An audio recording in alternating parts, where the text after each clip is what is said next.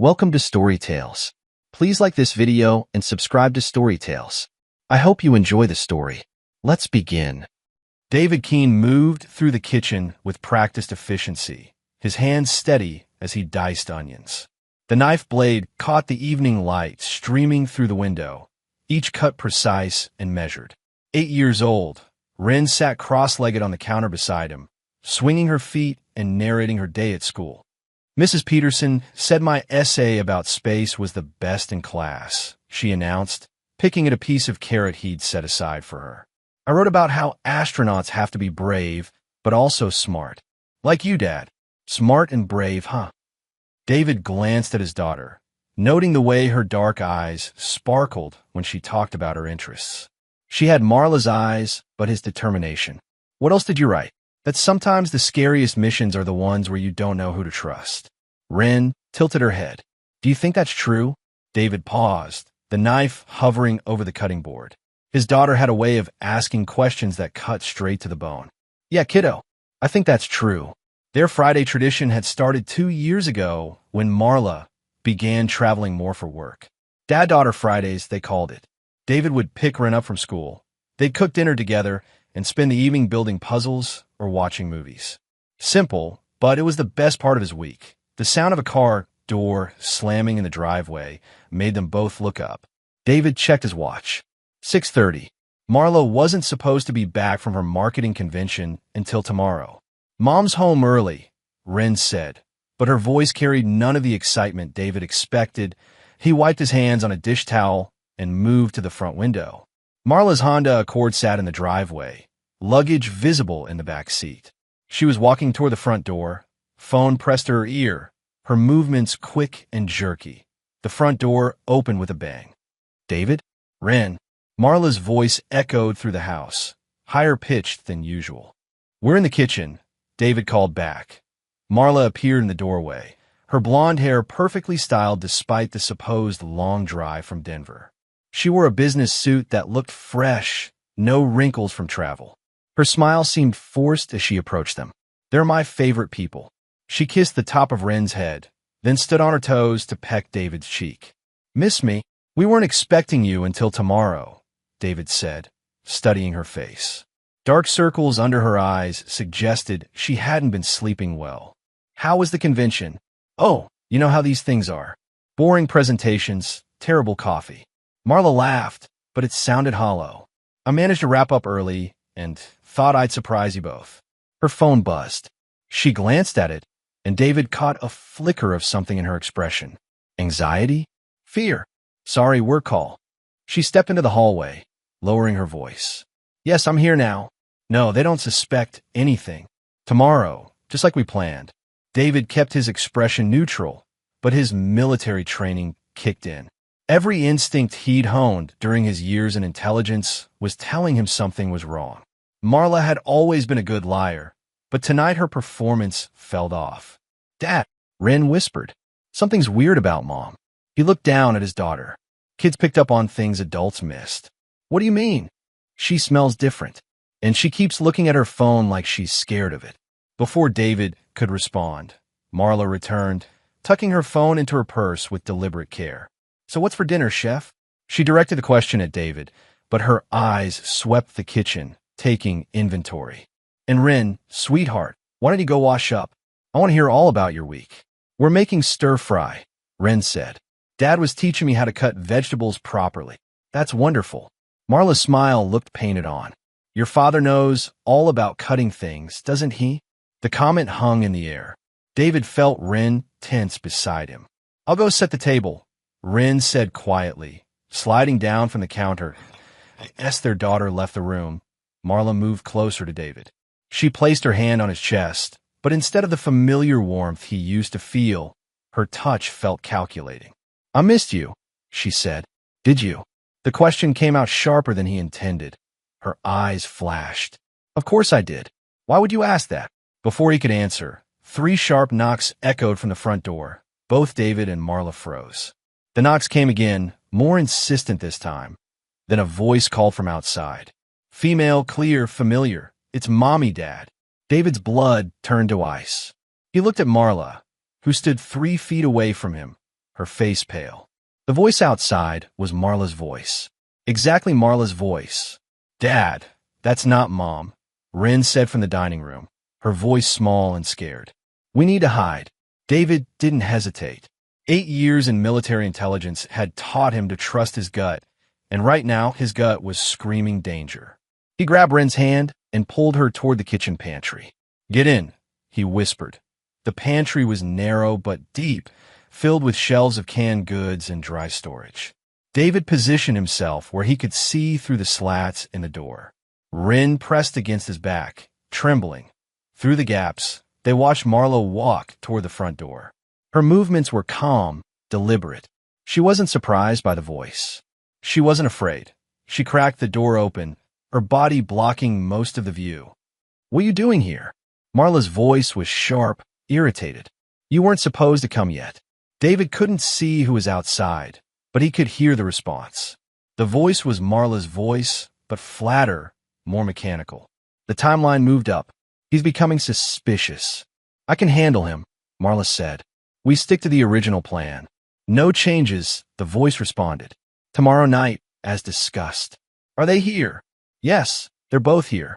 "But," "Good. Remember, it has to look natural. No mistakes." David felt Rin's small hand grip his shirt. His mind raced, processing what he was hearing. Someone was using voice technology to copy Marla's speech patterns. Someone was planning something for tomorrow night. Someone wanted both him and Rin present. Marla stepped back, and for a brief moment, David caught sight of the person outside. A woman who looked identical to Marla, but something was off. Her movements were too precise, her expression too neutral, like a photograph come to life. "I'll call you when it's done," Marla said. "Don't come back here until then." The door closed. David heard the deadbolt slide home. Marla stood with her back to the door for a long moment, her head bowed. When she finally turned, her mask of perfection had slipped. She looked tired, older, desperate. David waited until she moved toward the kitchen, then carefully opened the pantry door. He put his finger to his lips when Rin started to speak. "They needed to be smart about this. I in the kitchen." Marla moved around with nervous energy, straightening things that didn't need straightening. She checked her phone constantly. David crept closer to Rin. "I need you to tell me something," he whispered directly into her ear. "Has Mom been acting strange lately?" Rin nodded vigorously. "I saw her in the garage yesterday. She was talking to someone on the phone. She said," Rin's voice broke slightly. "She said you were a liability. She said she'd be rich soon." The confirmation hit David like a punch to the gut. His wife, the mother of his child, was planning something against them. The mention of money suggested it wasn't just personal. "Did she see you?" he whispered. "No, I was getting my bike. She didn't know I was there." David's mind shifted into tactical mode. He needed information, and he needed to move fast. In the garage, hidden behind a false panel he'd installed years ago, was a hard drive containing surveillance footage from the house. He'd set up the system after retiring, old habits from his intelligence days. Marla knew about it, but thought it only recorded the exterior. "Ren, I need you to stay here and watch Mom. If she comes looking for us, you cough twice, okay? Where are you going?" "To get some answers." David slipped out through the kitchen's back door and moved along the side of the house. The early October air was crisp, carrying the scent of burning leaves from a neighbor's yard. Normal suburbia, hiding deadly secrets that in the garage, he quickly accessed the hidden panel. The hard drive contained weeks of footage, but David fast-forwarded to the previous day. There on the screen was Marla in their garage, talking animatedly on her phone that he turned up the audio and listened, his jaw tightening with each word. "Elias, he's getting suspicious about the insurance money. We need to move faster." Pause. "No, I can't just leave. He'll track me down. You know what he's capable of." Another pause. "Fire is perfect. Make it look like he lost his mind. Maybe hurt Rin and then himself. Post-traumatic stress. Everyone will believe it." David's hands clenched into fists. Elias Brandt. He remembered that name from Marla's work contacts. Supposedly a marketing consultant she'd met at various conventions. The recording continued. "Tomorrow night is perfect. He always puts Ren to bed at 8:30. The gas will be undetectable, and by the time anyone finds them, it'll be too late. David fast-forwarded through more conversations. Plans to access his military pension, his classified black budget knowledge, his life insurance. Marla had been playing a long game, but tomorrow was in-game that he pulled out his phone and sent a text to Cade Maddox, his old Army buddy who now ran a private security firm in Colorado Springs. Code 37. Immediate help. Don't call. Watch the house. Code 37 was their old signal for compromised position. Need extraction. Cade would understand. David copied the crucial footage to his phone and reset the system. When he returned to the house, Ren was still in the pantry, but Marla was nowhere to be seen. She went upstairs, Ren whispered. She was carrying a bag. What kind of bag? Black, like the ones doctors carry. David's blood ran cold. Medical bags could carry many things. Drugs, syringes, tools for a quiet kill. He knelt down to Ren's level. I need you to listen to me very carefully. Something bad is going to happen tomorrow night, but I'm going to stop it.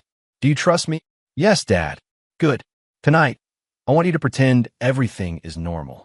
Can you do that? Ren nodded, but tears were forming in her eyes. Is Mom really going to hurt us?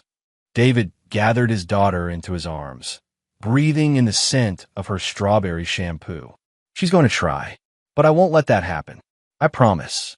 Upstairs, they could hear Marla moving around, opening and closing drawers. David thought about all the nights he'd held this same woman, all the times he'd trusted her with his secrets, his fears, his love. Those days were gone. Tomorrow night, it would be war. But tonight, they had to play the part of a happy family one last time. David woke before dawn, his internal clock as precise as it had been during his military days. Beside him, Marla slept deeply, her breathing steady and undisturbed. Or was she pretending? He'd lost the ability to tell what was real with her. Moving silently, he slipped from bed and padded to Ren's room. She was curled up with her stuffed elephant, looking impossibly small and innocent. The sight strengthened his resolve. Whatever happened today, he would protect her. In his home office, David accessed a secure laptop and began reviewing the surveillance footage in detail. He'd missed something important the night before. There, in a conversation from 3 days ago, Marla mentioned specific details about the house's layout, security system, and David's nightly routines. She'd been gathering intelligence like a trained operative, but the most chilling discovery came in a conversation from last week. The daughter is a problem, Marla's voice said through the speakers. She's too observant. Maybe we should. No. The male voice was firm. Elias Brandt. Kids are off limits. We make it look like a murder-suicide. David snaps, kills his wife, then himself. The girl survives as a traumatized witness. That could work, Marla agreed. Poor little Ren, losing both parents in such a terrible tragedy. David's hands shook as he saved the file. His wife was willing to let their daughter watch her parents die. The woman he'd shared a bed with for 9 years was a stranger. His phone buzzed. A text from an unknown number. Package will be delivered tonight. Ensure all windows are closed. David screenshot the message and forwarded it to his secure server.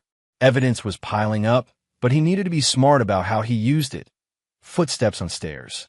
Marla was awake. He quickly closed the laptop and grabbed a cup of coffee from the kitchen machine. When she appeared, he was standing at the window, looking every bit the contemplative husband starting his day. You're up early, she said, kissing his cheek. Her lips felt cold. Couldn't sleep. Old habits. I know what you mean. She moved around the kitchen with casual efficiency, but David noticed how she avoided touching certain surfaces, how she kept her hands visible.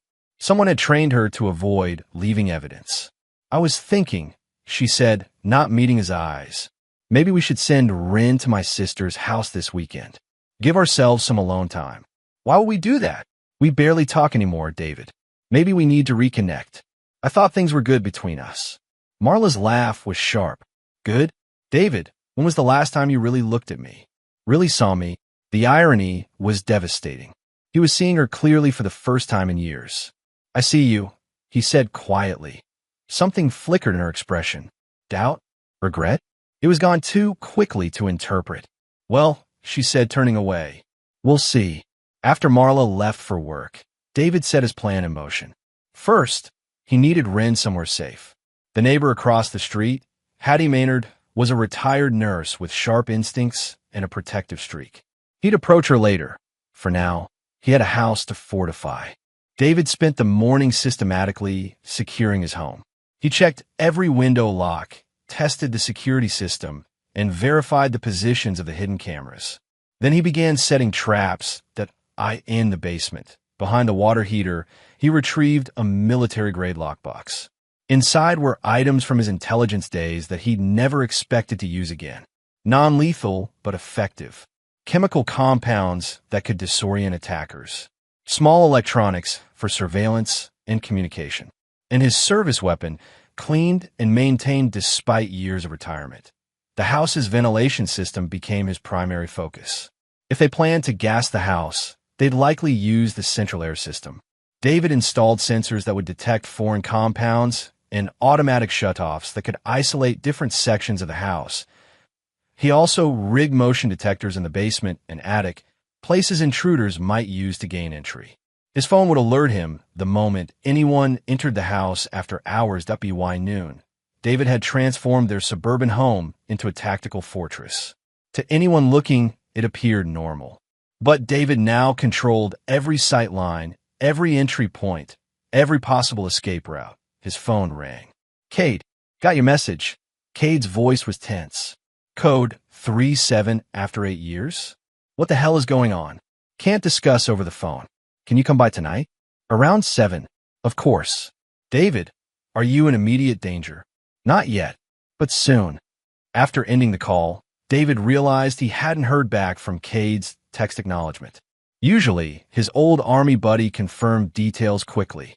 A small detail, but in David's world, small details kept you alive that he decided to run one more test. David sent another text to Cade. "Actually, make it 6:30 instead." The response came immediately. "Roger that." Too fast. Too formal. David's suspicions crystallized. Someone else had Cade's phone, or Cade himself was compromised. The afternoon passed slowly. David picked up Wren from school, maintaining the facade of normalcy while his mind calculated angles and contingencies. "Dad, you seem worried," Wren said as they drove home. "Just thinking through some work stuff. Are we still going to have our Friday dinner tonight?" David glanced at his daughter in the rearview mirror. Tonight would decide everything. "Of course we are, kiddo. It might be the most important dinner we've ever had." At 5 o'clock, David walked across the street to Hattie's house. The older woman answered the door with a dish rag in her hands and flour dusting her apron. "David, what a nice surprise. Come in, come in." Hattie's house smelled like baking bread and lavender.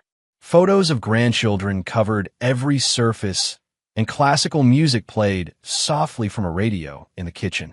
"Mrs. Maynard, I need to ask you a favor, and I need you to trust me without asking too many questions." Hattie set down her dish rag and studied his face with the same intensity she'd probably used to assess patients during her nursing career. "You're in trouble," she said. It wasn't a question. "Yes, ma'am. And so is Wren. That beautiful little girl? What kind of trouble?" "The kind that requires her to be somewhere safe tonight. Would you be willing to help?" Hattie didn't hesitate. "Of course. What do you need me to do?" "Around 8:30 tonight. Wren is going to come to your front door. She'll probably say she had a nightmare or couldn't sleep. Can you let her stay here until I come get her?" "David, shouldn't you call the police?" "I will, when I have enough evidence to make sure the right people go to jail." Hattie nodded slowly. "You have that look in your eyes. The same one my late husband had when he came back from Vietnam. You're going to war, aren't you?" "Yes, ma'am. I am." David returned home to find Marla cooking dinner, humming softly as she worked. The domesticity of the scene felt surreal given what he knew was coming. "Smells good," he said. "Chicken parmesan. Wren's favorite." Marla smiled, and for a moment, David could almost believe this was his loving wife preparing a family meal. "She'll be excited." "David," Marla turned to face him, "I want you to know that whatever happens, I did love you once." The words hit him like ice water. What's that supposed to mean? Nothing. Just, sometimes people change, and not always for the better. During dinner, Ren chattered about school, while Marla and David maintained a pretense of normalcy. But David noticed things: how Marla barely touched her food, how she kept checking her phone, how she flinched every time a car passed outside, like a T-815. David stood up. "I'm going to put Ren to bed." "Already?" Marla asked. "It's Friday night. School night schedule," David replied. "Keeps her routine consistent." In Ren's room, David helped her brush her teeth and change into pajamas. Then he sat on the edge of her bed. "Remember what we talked about yesterday? About something happening tonight?" Ren nodded. "In 15 minutes, I want you to get dressed and go across the street to Mrs. Maynard's house. Tell her you had a nightmare and couldn't sleep." "What about you?" "I'll be fine. I'm going to make sure the bad people can't hurt anyone." "Promise you'll come get me?" David kissed her forehead. "I promise." At 8:35, David watched from an upstairs window as Ren slipped out the back door and ran across the street. Hattie's porch light came on immediately, and the older woman ushered Ren inside. Point 1 threat neutralized. David activated the house's internal security system and checked his phone. The motion sensors showed 2 heat signatures approaching from the back alley. Right on schedule, but then his blood ran cold. The security camera at the front of the house showed a familiar figure walking up the driveway. Cade Maddox, carrying a duffel bag and speaking into his cell phone. David enhanced the audio pickup in position. "Yes, he trusts me." "No, I don't think he suspects anything." Years of friendship, loyalty built through shared danger and sacrifice, all destroyed by, what? Money? Revenge? David remembered the operation in Afghanistan where he'd exposed Cade for stealing weapons-grade technology. The court-martial that followed. The disgraceful discharge. They'd remained friends afterward, but maybe Cade had been playing a longer game than anyone realized. Point 3 against 1 now. But David had something they didn't. He knew they were coming. That he opened his secure laptop and sent an encrypted message to his former commanding officer at Peterson Space Force Base. Code Black. "Multiple hostiles converging on my position. If you don't hear from me by dawn, check the attached files. Evidence of classified breach and conspiracy." David attached all the surveillance footage, text messages, and audio recordings he'd gathered. Insurance, in case tonight went wrong. Time to prepare for war. David moved through his house like a ghost, shutting off lights and activating night vision equipment he'd installed earlier. The green-tinted world that appeared through his tactical goggles was familiar territory. He was back in the field, where skills mattered more than trust, where survival depended on being better than your enemy. The back door lock disengaged with a soft click. Professional work. Elias entered first, tall and compact, moving with the controlled grace of ex-military. Behind him came another figure David didn't recognize. Where was Cade? David spoke through the house's intercom system, his voice echoing from speakers throughout the first floor. "Wrong house, Elias." Both men froze, hands moving toward concealed weapons. "David Keene," Elias called out. "Let's talk about this like civilized people. No one needs to get hurt." Funny words coming from someone planning to murder me and my daughter. "Your wife chose her side. Maybe you should hear her out." From his position in the upstairs hallway, David could see both intruders clearly. They moved with tactical precision, checking corners and sight lines. But they didn't know about the modifications he'd made. David pressed a button on his phone. The house's natural gas line, which he'd rerouted earlier, began releasing a special compound he'd synthesized from materials in his emergency kit. Not lethal gas, something far more effective, that LSD-derived compound, designed for disorientation and interrogation. He'd confiscated it years ago from a black site operation in Eastern Europe and kept it as insurance. The gas was colorless, odorless, and would take effect within minutes. "You feel that?" the second man asked Elias. "Something's not right." Elias's response came out slurred. "What the hell?" "My vision." David watched as both men began to stumble. The compound affected balance and perception first, then induced powerful hallucinations. Within 5 minutes, they'd be completely incapacitated. But where was Cade? His question was answered when the front door exploded inward. Cade burst through, wearing a gas mask and carrying an assault rifle. He'd anticipated David's tactics. "Smart as always, David." Cade's voice was muffled by the mask. But you taught me too well. David slipped down the back stairs as Cade swept the main floor. Time for face-to-face resolution. 8 years of friendship, David called from a kitchen. Was any of it real? All of it. Cade's voice carried genuine regret. But you destroyed my life in Afghanistan. Cost me everything. My career, my honor, my future. You were stealing weapons tech to sell to insurgents. You betrayed your own unit. I was trying to survive. You had connections, a future in intelligence. I had nothing. David circled around the kitchen island, keeping furniture between them.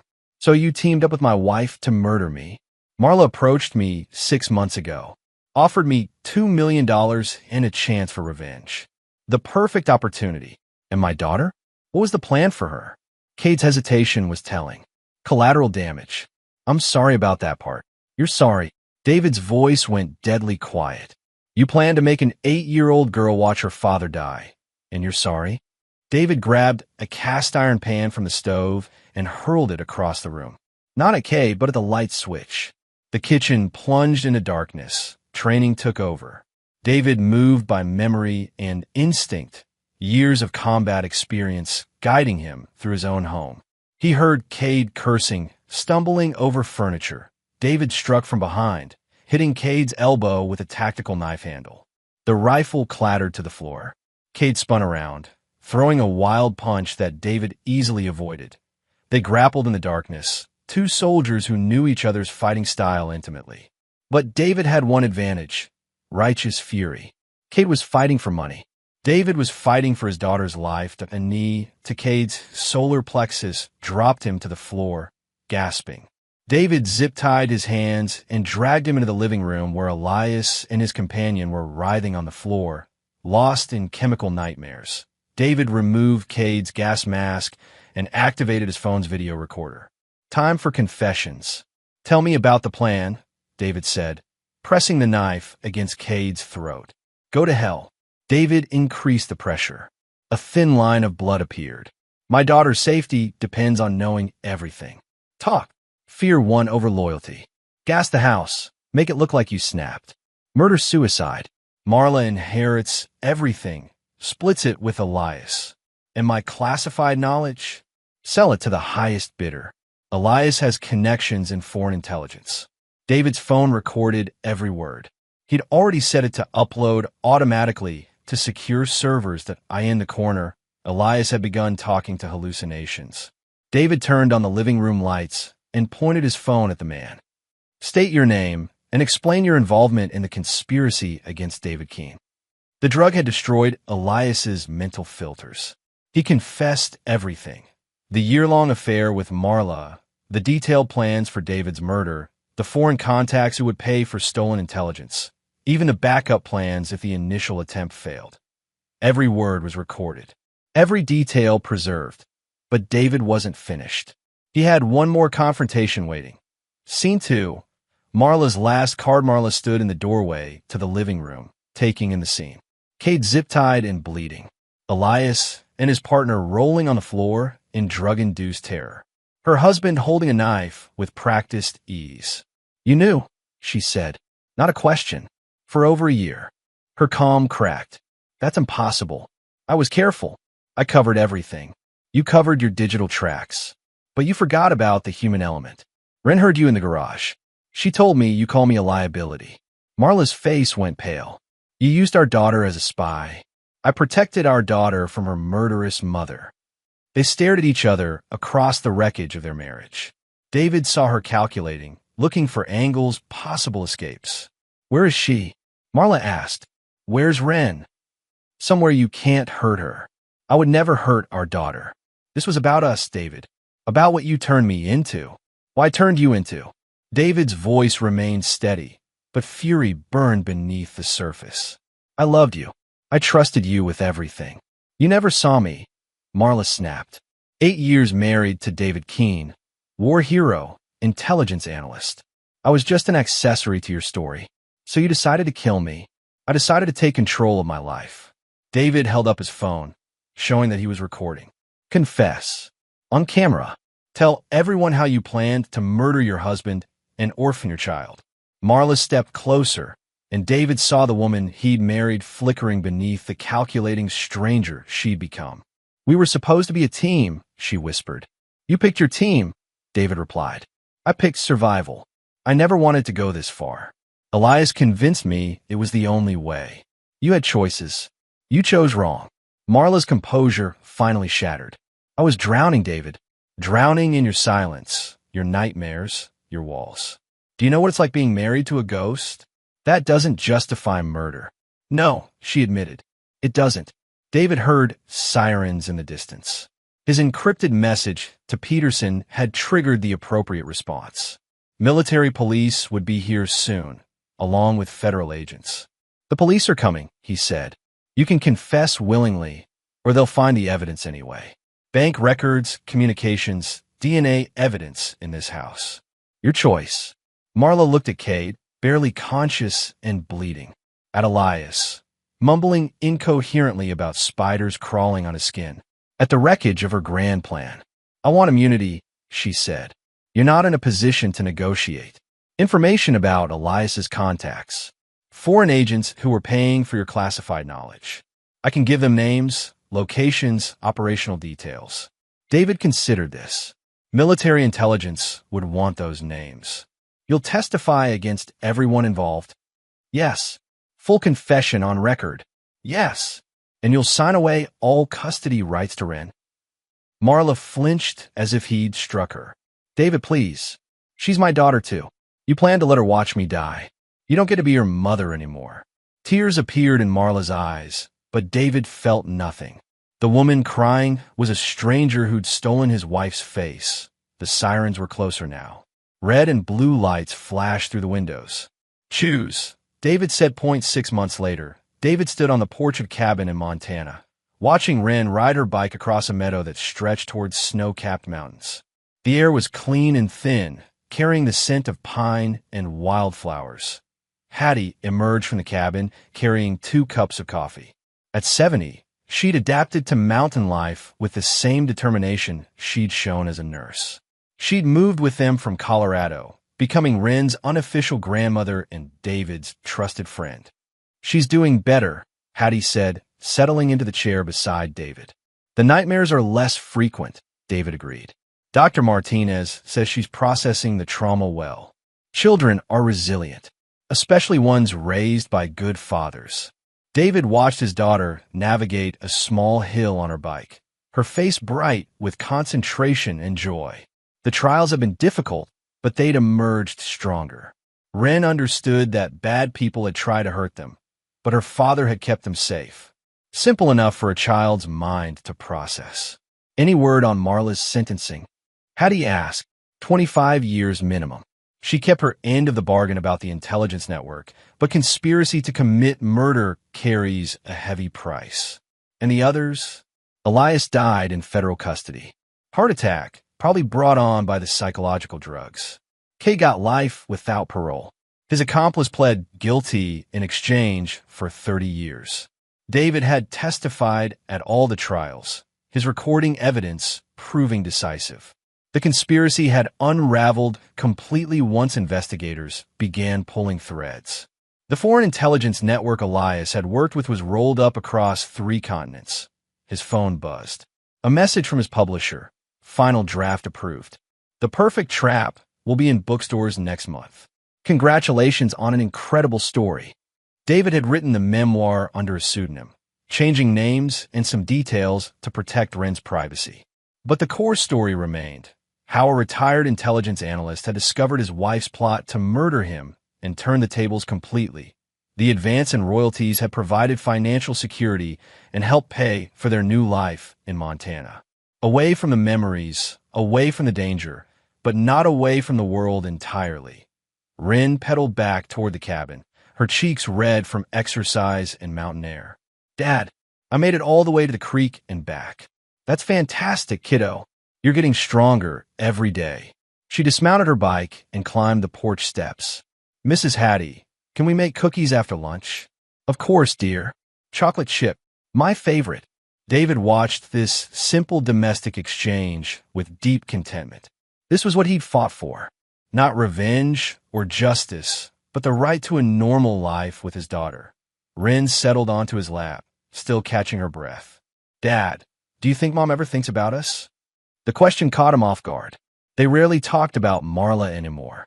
"I think she probably does," he said carefully. "But sometimes people make choices that hurt the people they love. Your mom made that kind of choice. Do you miss her?" David considered the question honestly. "I miss the person I thought she was. But that person wasn't real.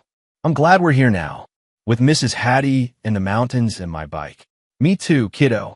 Me too." As the afternoon faded into evening, David prepared dinner while Hattie and Wren baked cookies. The simple rhythm of domestic life felt like the greatest victory of all.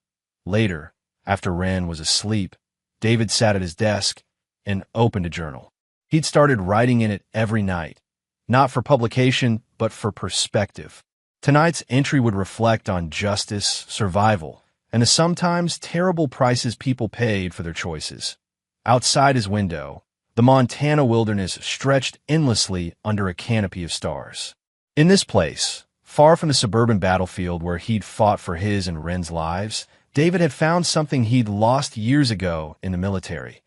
Peace, he wrote the final words of his journal entry. "In war, there's no justice. Only the ones who live long enough to write the truth." Then he closed the journal and went to check on his daughter, sleeping safely in a house where no one could hurt her. The war was over. They had won.